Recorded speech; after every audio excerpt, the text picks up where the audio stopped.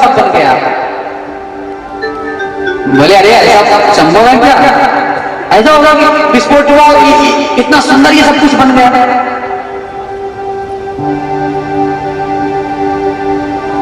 Einstein ने कहा कि अगर छोटे से विस्फोट से ये छोटा सा जगत नहीं बन सकता तो बड़े विस्फोट से वो बड़ा जगत कैसे बन गया?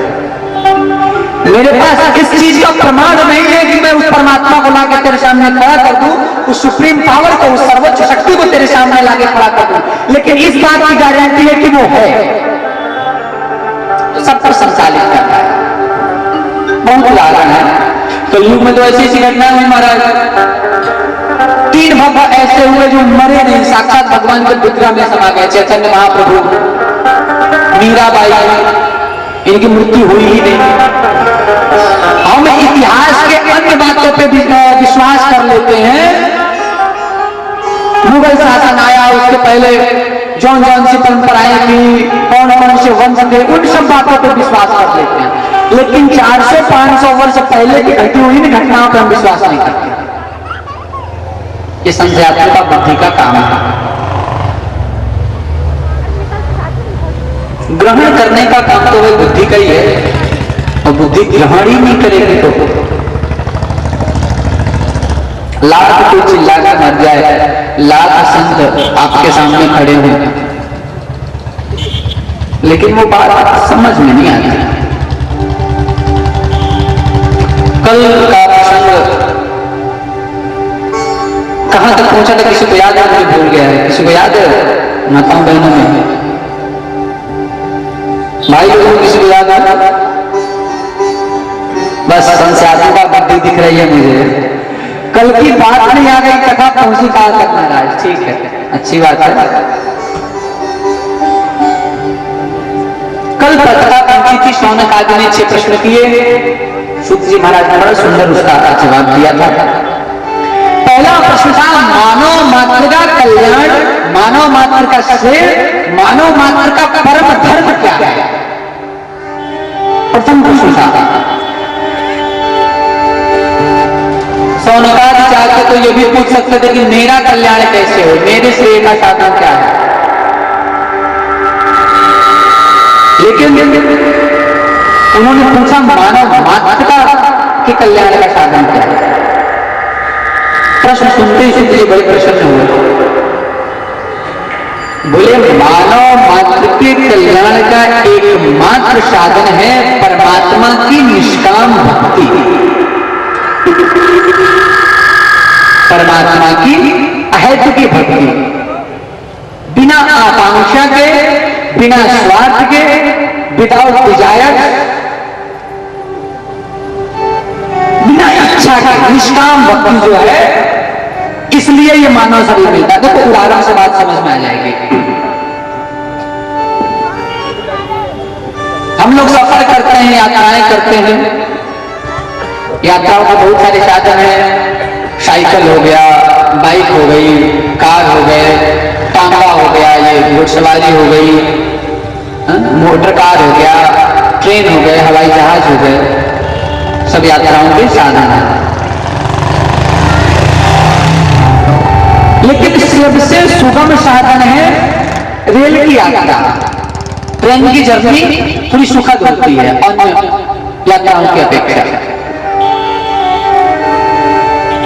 हमने ट्रेन में यात्रा करने के लिए रिजर्वेशन कराया, फला स्टेशन से हमारी यात्रा प्रारंभ हुई। हमको मेरा सीट मिला, अपना सीट मिला, हम जाके सीट पे बैठ गए।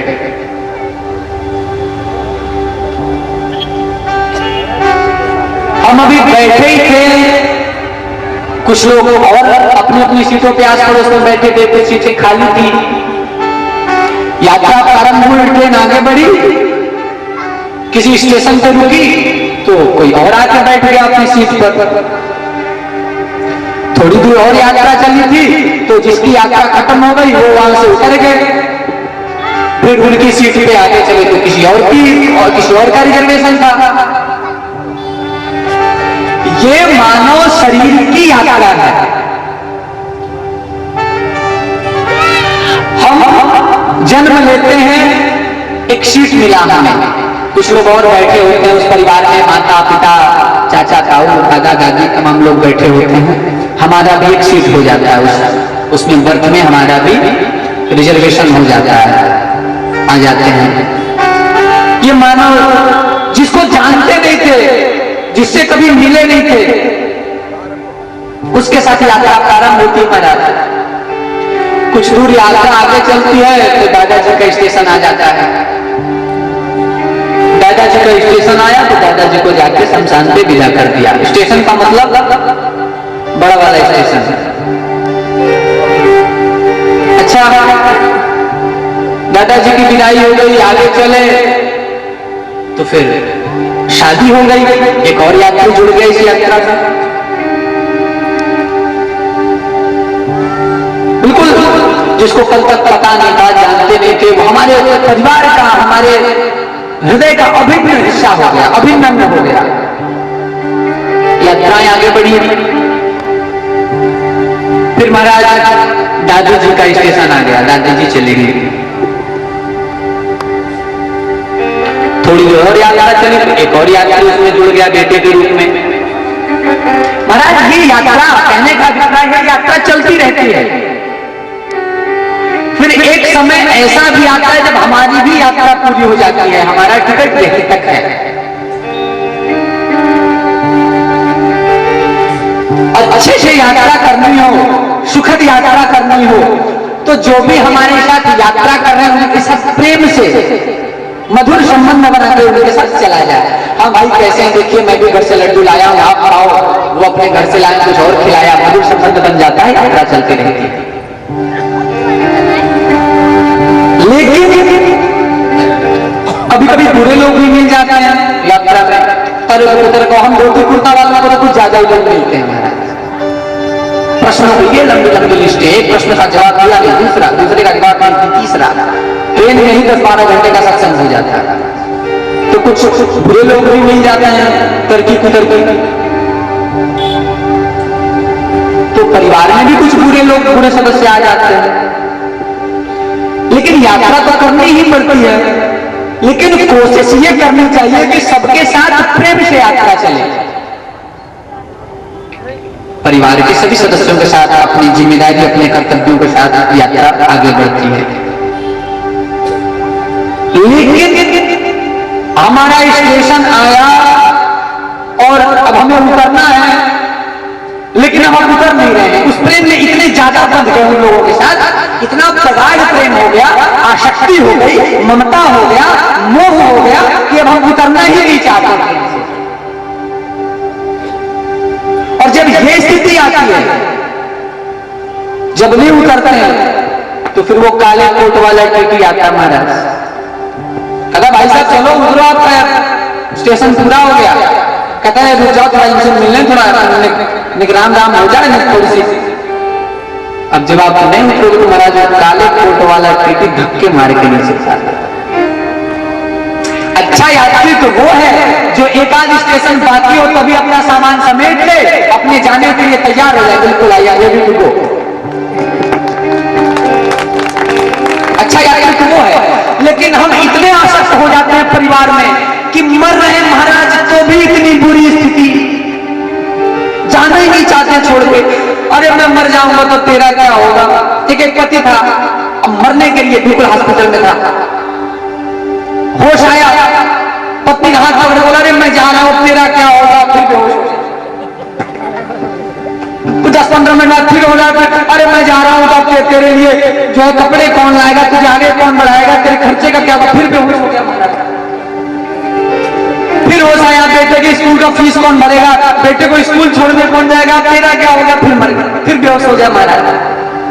फिर होश आया, फिर हाथ पकड़ा, टीपी बोले तू मर तो जा, मुझे जैसे रहना होगा रह लेंगे, तुम मर।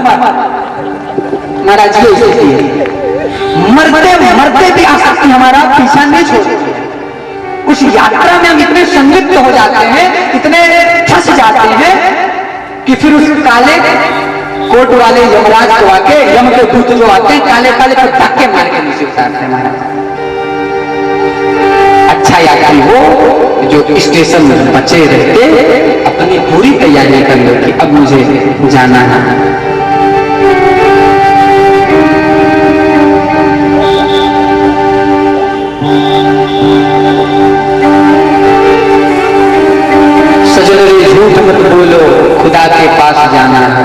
नहाती है न घोड़ा है, वहां पे कहीं जाना है। महाराज ये आसक्ति में फंस जाता है। एक परिवार था, उनके पिताजी बड़े धनाढ्य थे, बड़े धार्मिक व्यक्ति थे। उनके 2 पुत्र 4 पुत्र थे। मरने की अवस्था आ गई, वृद्धावस्था।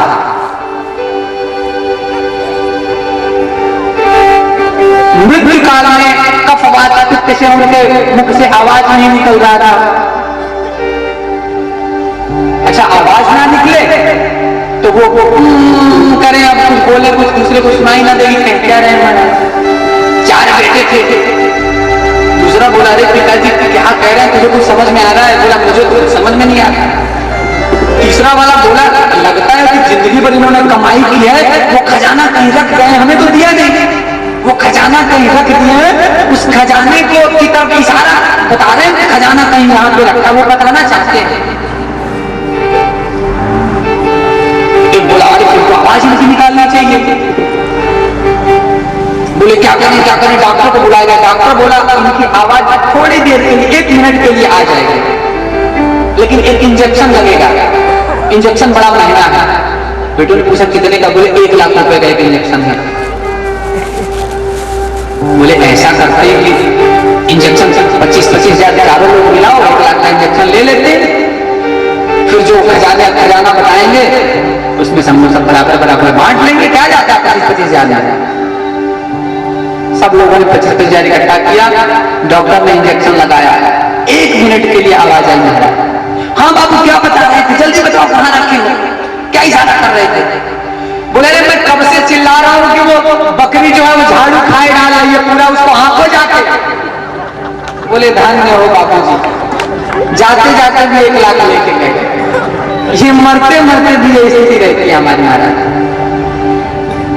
मृत्यु के समय में पड़े महाराज, वो झाड़ू कितना झाड़ू खा जाएगी बकरी, मुझे तो अंदाजा नहीं, 10-20 ग्राम 50 ग्राम झाड़ू में। अरे मरते मरते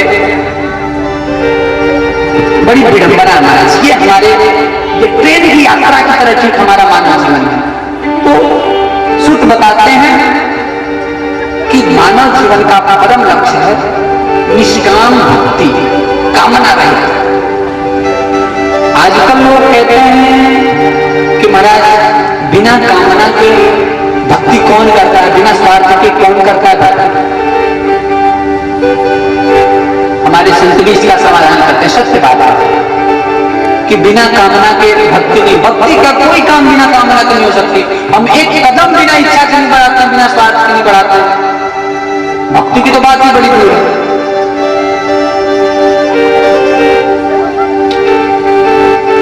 कामना 2 प्रकार की। एक कामना है भगवान से मांगना, भगवान हमें ये चाहिए, भगवान हमें वो चाहिए। युवा वर्ग कहता, भगवान इस बार अगर 80% मार्क आकर 5 रुपए का प्रसाद चढ़ाऊंगा। कोई कहता, महाराज अगर इस महीने मैंने अपनी गाड़ी ले ली तो आपको 1 किलो लड्डू चढ़ाऊंगा। भगवान बोले, अरे बड़ा सस्ता हूं मैं, 1 किलो लड्डू में काट दे रहा हूं मैं तुझे। ये एक भक्ति है भगवान से मांगना। और दूसरी प्रकृति है, दूसरी भक्ति है भगवान को मांगना। भगवान से मांगना ये सकाम भक्ति है, भगवान को मांगना ये निष्काम भक्ति है। भगवान से क्या मांगना? एक सूफी संत बड़ा प्यारा शेर कहते हैं, एक सूफी संत कि मैं अगर मांगू तुझे, अरे तुम न देना कुछ मुझे, वरना तो फिर आशिक नहीं, मजबूर हो जाऊंगा मैं। निष्काम भक्त महाराज। देखो अगर कोई नौकर है, किसी अधिकारी के पास बड़े बड़े लोग होते हैं महाराज, और वो अधिकारी की सेवा करते हैं, अधिकारी उनको उनकी तनख्वाह देता है, अधिकारी को उसको कोई मतलब नहीं देता।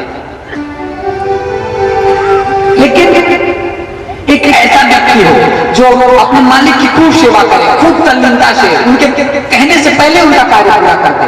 और जब महाराज कुछ कहने लगे, अरे तुम ये अपनी तनख्वाह, नहीं महाराज मुझे तो आपका तनख्वाह कुछ नहीं चाहिए। बोले क्यों? बोले आपकी सेवा में मुझे एक आनंद मिलता है, श्रद्धा है आपके लिए, तो आपकी सेवा में आनंद मिलता है। तो उस सेवा से वो अधिकारी भी उस सेवक के वश में हो जाएगा। आपने भक्ति की, पूजा पाठ किया, अनुष्ठान किए और उसके बदले कुछ मांग लिया, तो भगवान भी निर्दंड हो गया, चलो इसने किया और मैंने दे दिया, बात आई गई, हो गई, खत्म। लेकिन आपने क्रिया भी की, भक्ति भी की, पूजन भी किया, अनुष्ठान भी किए और उसके बदले मांगते कुछ नहीं है, तो दिया वस्तु गोविंद तुझे समर्पण, आपकी बात आपको समर्पित है। तो भगवान भी आंखें बिछाए खड़े रहते, अरे कभी कुछ मांगे महाराज। संतों से आशीर्वाद लोग इसीलिए मांगते हैं। संत साधना ज्यादा करते हैं, मांगते कुछ नहीं है। भगवान से कुछ नहीं मांगते, भगवान को तो मांगते हैं, भगवान से कुछ नहीं मांगते। इसलिए संत कभी कभी किसी के लिए दुआ कर देते हैं, किसी के लिए आशीर्वाद दे देते हैं, तो उनकी वाणी शुद्ध हो जाती है। परमात्मा भी इंतजार करता है, कभी तो कुछ आदेश करो। परम पूज्य सतगुरुदेव सत्यनारायण स्वामी जी महाराज के परम पूज्य गुरुदेव श्री त्रिवेणी स्वामी जी महाराज साक्षात लक्ष्मण जी के अवतार, शेष के अवतार, और ऐसे परम विद्वान, और ऐसे मैं तो गुरुदेव के दर्शन करके ही धन्य हो जाता हूं। ऐसे सिद्ध समर्थ सदगुरु, और ऐसे सदगुरु ऐरे गहरे रक्त खैरे को गुरु दीक्षा देते ही नहीं, जिसमें समर्थता नहीं देखते उसको दीक्षा ही नहीं देते महाराज। पावर आदान प्रदान, उनके सामने रिद्धियां सिद्धियां, अरिमा लघिमा गरिमा महिमा, ये सारी अष्ट सिद्धियां नौ निधियां हैं, हाथ फैलाए खड़े होते हैं कि स्वामी जी कुछ आदेश दें और हम उनके कार्य में तत्पर हैं।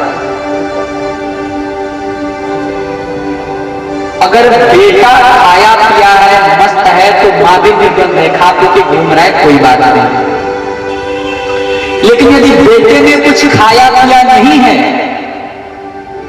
तो माँ भी उसके पीछे पीछे घूम गए, बेटा थोड़ा ये दूध पी ले थोड़ा सा, नहीं अभी नहीं पीना, बेटा थोड़ा ये हलवा बना दे, कितना मीठा है खा ले। ये निष्काम भक्ति का लक्षण है। भगवान से मांगना थोड़ी निम्न कोटि की भक्ति है, और भगवान को मांगना उच्च कोटि की भक्ति है। महाराज भक्त तो ऐसे भी हुए जो भक्ति के बदले मोक्ष भी नहीं मांगते। मोक्ष आकांक्षा भव विभव वांछापिचन में न विज्ञानापेक्षा, मोक्ष भी नहीं चाहिए महाराज। मुक्ति की जहां पानी भरकर है, मुक्ति की भी कामना नहीं। भरत जी गए प्रयाग में गंगा जी के सामने, तो क्या मांगा था? अरथ न धर्म न काम रुचि गति न चाहो निर्वाण। धर्म अर्थ काम मोक्ष कुछ नहीं चाहिए, गति भी नहीं चाहता, निर्वाण पद भी नहीं चाहिए। फिर जन्म जन्म श्री राम पद, कितनी प्यारी बात है। राम के पद का अनुग्रह, उनके चरणों में प्रेम हो जाता, बस इतनी सी कामना। अच्छा, भगवान के चरणों में प्रेम हो कैसे? तुलसीदास जी कहते हैं, ये चरित जीवा वही हरि पद पावही, प्रेम करही भव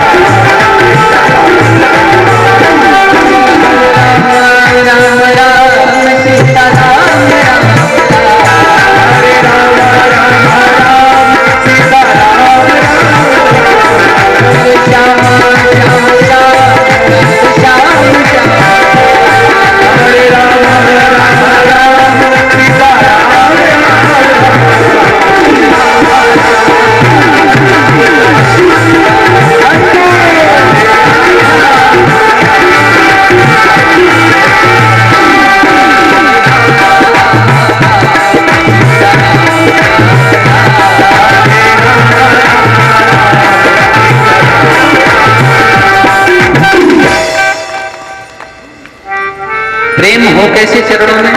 तो तुलसीदास जी बताते हैं, यह चरित जगा वही हरि पद पावही तेरा पर ही भव कृपा।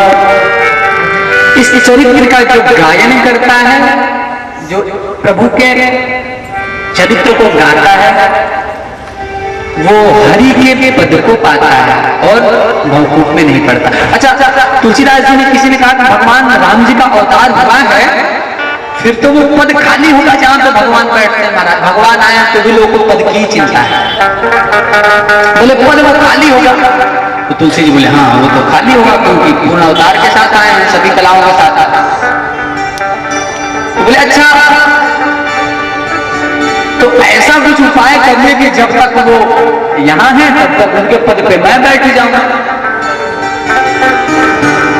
तुलसीदास जी का सीधा सा उपाय है, चरित्र गाओगे तो परमात्मा खुद का पद तुम्हें मिल जाएगा। कोई भक्त भी बैठा हुआ था वहां, बोले रे हमें तो भगवान के पद पे नहीं बैठना, हम उनके पद में कैसे बैठ सकते हैं? वो भगवान भक्त,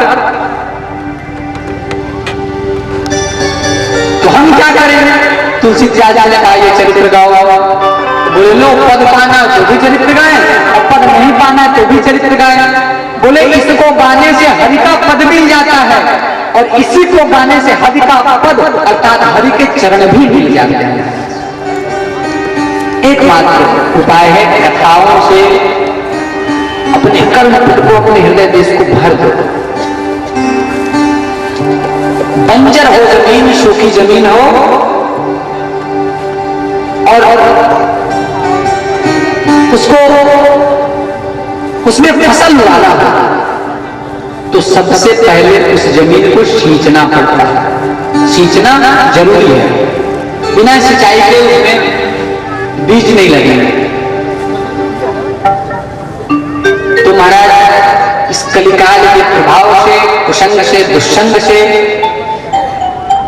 आज के समाज के परिवेश से, माहौल से हमारा हृदय प्रदेश सूख गया है। अपने खेत को सींचने के लिए जैसे किसान नहर से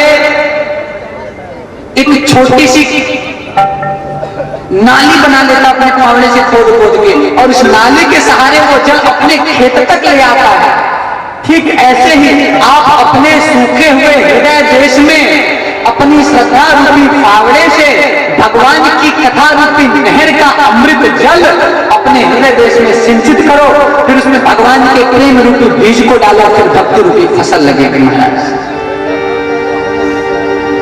ये इसका उपाय है। पहला प्रश्न था मानव मात्र का कल्याण किस लिए मिला शरीर उसका, तो एक ही मात्र उसका उद्देश्य है कि भक्ति के लिए मिला। महाराज और भक्ति जब तक नहीं होगी जब तक इसका नशा नहीं चढ़ेगा। ये नशा है, ये व्यसन है।